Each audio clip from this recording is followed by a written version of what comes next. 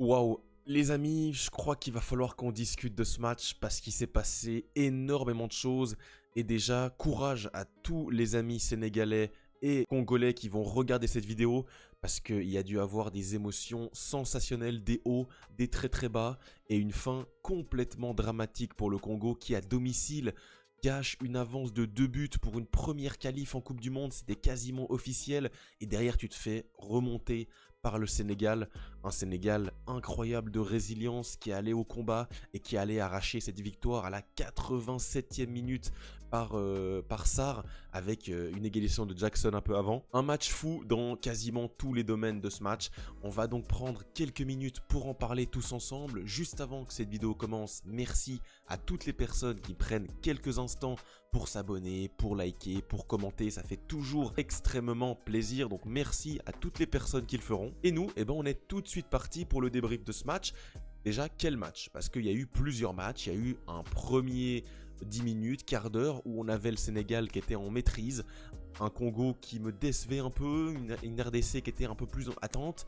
Et derrière, on a eu vraiment la RDC qui a commencé à jouer la fin de première mi-temps. Voilà, la première mi-temps jusqu'à la 35e, on a eu vraiment 10-15 minutes avec des grosses occasions. Le but de Bakambu qui est totalement insane, il met un but de grande classe, le contrôle orienté, derrière il vient ajuster Edouard Mendy. Franchement c'est sensationnel ce but et à ce moment là forcément le stade explose, on se dit que c'est la qualif à la Coupe du Monde qui est en jeu, c'est grandiose. T'as en plus le deuxième but sur un travail énorme de Elia sur le côté droit, c'était Lamine Yamal hein, sur son côté, il a été magnifique dans la première partie du match. Derrière il a un peu disparu, notamment en deuxième période où quasiment tout le Congo a disparu. On va reparler de la gestion du Congo qui est calamiteuse, hein. La gestion elle est miteuse parce que tu mènes 2-0 et tu perds ce match, un match extrêmement important, tu le perds en ayant fait, bah franchement, une première 30 minutes de grande classe avec des joueurs qui ont répondu présents, Sadiki, Joan Wissa,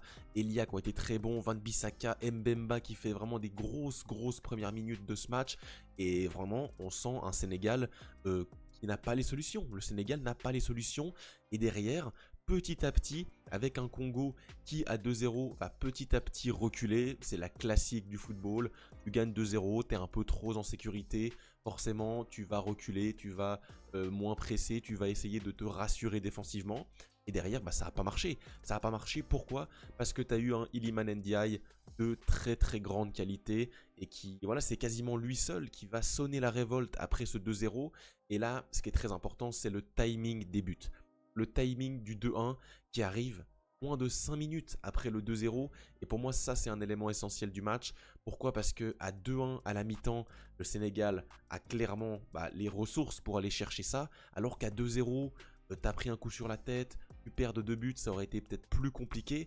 Mais là, de revenir très vite, d'impulser quelque chose très rapidement, dans l'attitude, il a été très bon. C'est lui vraiment le leader de cette équipe au milieu de terrain, c'est lui à la création. Il frappe sur le poteau, le ballon revient sur Pape Gueye qui la pousse au fond, ça fait 2-1. Et à ce moment-là, on se dit, on est parti pour un match historique, on est parti pour une remontada, on est parti pour un match qui va durer beaucoup plus de temps que ce qu'on dirait, parce qu'il y a des buts tous les instants, il y a des actions énormes, ça joue de tous les côtés, il n'y a pas de maîtrise finalement. Et derrière, eh ben, on n'a pas revu le Congo qui s'est arrêté de jouer à la 30e minute, à la 33e. Ils ont marqué et ils se sont totalement écroulés derrière. J'ai pas compris leur gestion, surtout à 2-1 finalement. La gestion du 2-1, elle est calamiteuse. Tu te recroquevilles, t'as peur, tu joues plus, t'as plus de pressing au milieu de terrain. Tu laisses faire le Sénégal qui, une fois installé avec une composition très solide, on va la faire rapidement avec du Edouard Mendy, Diatta, Seck, Koulibaly, qui était pourtant en difficulté en première période. Hein. Tu as réussi à mettre en difficulté ces joueurs-là. Pape Gueye, pardon, qui prend un carton jaune. Gana Gueye en première mi-temps, j'ai pas trouvé top. Tu as Lamine Camara également. Devant, tu as Sadio Mané qui fait un match transparent. Pas vu de la rencontre.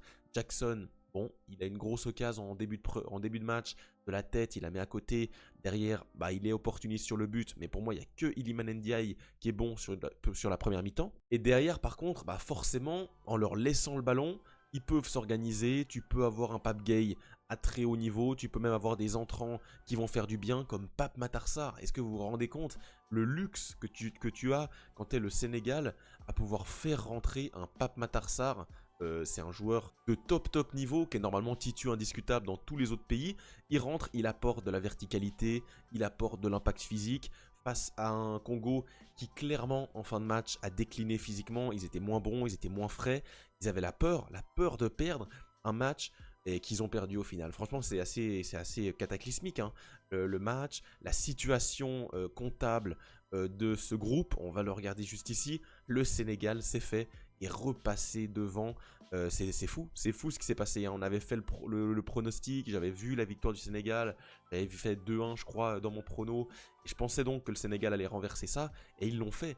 Ils sont repassés premiers à 8 matchs joués, il reste donc 2 rencontres lors de la prochaine trêve, 18 points à 16, en plus tu as une différence de but qui est à ton avantage, t'as pas le droit à l'erreur forcément, quand t'es le Sénégal t'as pas le droit de perdre. Finalement, tu as le destin entre tes mains et du côté du Congo, tu as absolument tout perdu. Tu es passé d'une situation favorable avec un match à la maison, 2-0 devant ton public, un jour de fête, une première Coupe du Monde depuis plus de 40 ans. Ça aurait été la folie totale dans les rues, etc. Franchement, ils ont gâché une énorme occasion. C'est un énorme choke pour ce pays qui est un pays prospère au niveau du football, hein, qui a vraiment développé un vrai jeu, une vraie équipe. Moi, ils m'ont impressionné dans les premières minutes. Je me suis dit, mais c'est quoi ça? Ils sont en train de cook totalement le Sénégal, pas forcément au niveau de la possession, mais au niveau du jeu, des intentions, des préceptes. Et vraiment, ils se sont totalement écroulés de manière assez incompréhensible pour au final terminer pour l'instant deuxième. Alors, tu auras des matchs face au Togo et face au Soudan en plus, donc c'est pas les 2 matchs les plus faciles. Le Sénégal jouera 2 matchs également un peu plus faciles forcément. Ils auront les cartes en main, ils auront la qualif en main. C'est vrai que je ne vois pas ce Sénégal choke encore une fois. Là pour moi, le Sénégal a pris la position et j'ai peur qu'il ne la lâche plus. Et pour moi, ça signifie rien d'autre qu'une élimination du Congo. Et c'est très dommage. C'est très dommage parce qu'il y avait vraiment une belle histoire à écrire. Il y avait des beaux joueurs, une belle ambiance, une situation qui était totalement propice à un bel exploit quand même, hein, de passer cette poule, d'aller en Coupe du Monde depuis très longtemps. Et finalement, tu l'as pas fait. Tu l'as pas fait avec une équipe très valeureuse.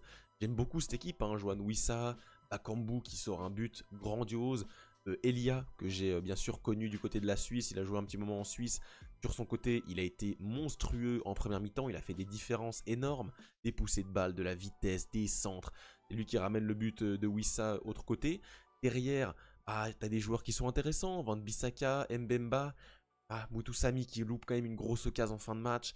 Et pour parler un peu plus du match, c'est vrai que derrière on a eu quelques situations avec l'arbitrage un peu délicates. C'est vrai qu'il n'y a pas de VAR dans ces qualifs à la Coupe du Monde, ce qui est assez surprenant, hein, quand on regarde un match comme ça, juste parfois, et que tu es habitué à avoir la VAR tout le temps. Sans VAR, il peut se passer des choses complètement lunaires. Il y a eu plusieurs pénaltys qui n'ont pas été vus, des fautes. Est-ce qu'il y a hors-jeu réellement sur le coup franc qui est refusé? Est-ce que c'est un contre son camp, donc il n'y a pas hors-jeu? Est-ce qu'il y a action de jeu? C'est totalement flou et finalement on passe à autre chose très rapidement. Donc forcément tu es un peu perdu en tant que spectateur. Et j'ai quand même envie de dire que sur le match, sur la deuxième mi-temps, sur le match au global, c'est plutôt mérité de voir le Sénégal sortir gagnant. C'est eux qui ont poussé, c'est eux qui ont fait le jeu. Et derrière le Congo, pour moi ils ont donné le bâton pour se faire battre. Ils étaient dans une bonne position, ils gagnaient 2-0 chez eux, en face de leur public, qui était complètement dingue. Au final, ils terminent 4 pieds par terre, 3-2, la remontada du siècle. Le stade est totalement déchiré, ils ont tout balancé dans les tribunes. Donc c'est une situation catastrophique. T'es passé à côté d'une magnifique histoire et probablement que la Coupe du Monde, tu la rejoueras pas avant un certain temps. Enfin voilà, je l'espère pas pour le Congo, mais c'était vraiment l'occasion peut-être d'une vie pour ces gars-là. Et ils l'ont gâché, donc forcément ça me fait de la peine. Je suis également content pour le Sénégal, qui est quand même une grosse nation, voilà, on est toujours heureux d'avoir un Sénégal à la CAN. Il y a des joueurs de grande qualité, des joueurs que tu as envie de voir et qui doivent être normalement à la Coupe du Monde. Et c'est vrai que ça fend un peu le cœur pour cette équipe du Congo qui a vraiment fait un beau parcours. C'est pas terminé tout de même, hein. On va quand même suivre les matchs de la dernière trêve, hein. Il y a quand même possibilité, pourquoi pas, d'un choc du Sénégal cette dernière journée. Ils vont affronter la Mauritanie à domicile et le Soudan du Sud. Tu auras voilà, cette finale. Si tu gagnes le Soudan contre la Mauritanie, franchement, j'ai quand même l'impression que ça devrait le faire, hein, pour le Sénégal. Ils ont fait le plus dur pour moi. Donc voilà, on suivra ça, bien sûr. Ça, c'est lors de la trêve prochaine, hein, dans plus d'un mois, le 6 et 13 octobre. Et d'ici là, on continue à suivre le football. Ce soir, un petit peu plus tard, Sûrement que je débrieferai le match entre le Gabon et la Côte d'Ivoire, même situation, match entre le premier et le deuxième, une qualification à la Coupe du Monde à la clé. Qui va s'imposer? C'est la question de ce soir. Le match commence très bientôt, je vais y aller, je vais monter cette vidéo et nous on se retrouve très rapidement. N'hésitez pas juste avant de partir à vous abonner, ça fait toujours extrêmement plaisir. Merci à vous du soutien durant cette trêve et nous on se retrouve très rapidement pour de nouvelles vidéos. Et bien sûr, Visca Barça.